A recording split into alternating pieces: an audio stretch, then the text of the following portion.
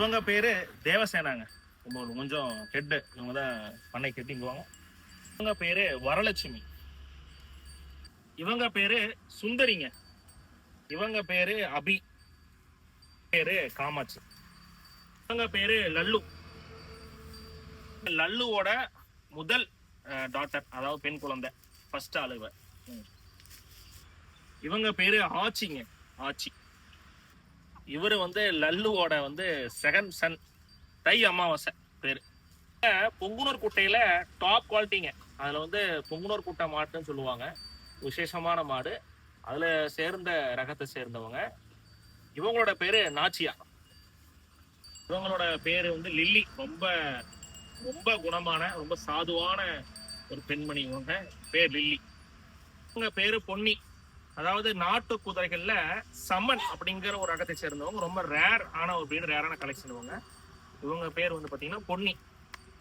ஒரு குழந்தை அம்மாவோட பாலுக்கு பின்னாடி குடிக்கக்கூடிய முதல் பால் பசும்பால் தான். பால் பவுடர் நாங்க கொடுக்குறோம் சொன்னாலும் அதுவே பசுமாட்டுல இருந்து வரக்கூடிய பவுடர் தான். இப்போ அந்த பசும்பால், அந்த பசுமாடு தாய்க்கு சமமான ஒன்று.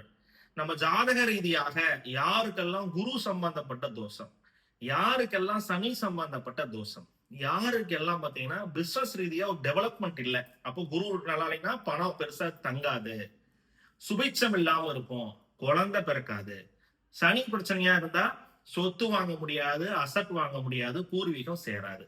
அப்போ இது சம்பந்தப்பட்ட பிரச்சனை இருந்தாலோ அல்லது குரு சனி சம்பந்தப்பட்ட பிரச்சனை இருந்தாலோ நீங்க ஒரு மாடு வளர்ப்பு பண்றது நல்ல பலனை தரும். நான் சிட்டியில இருக்கேன், மும்பையில் இருக்கேன், வெளிநாட்டுல இருக்கேன், வாய்ப்பு இல்ல சுவாமி அப்படிங்கிறவங்களுக்கு நம்மளுடைய நாச்சியார் கோமடம் அது ஒரு ஆஃபர் பண்றோம். என்னன்னா, உங்களுக்கு நான் மேல சொன்ன தேவசேனாவோ அபியோ அல்லது சுந்தரியோ யார் வேணுமோ நீங்க அடாப்ட் பண்ணிக்கலாம்.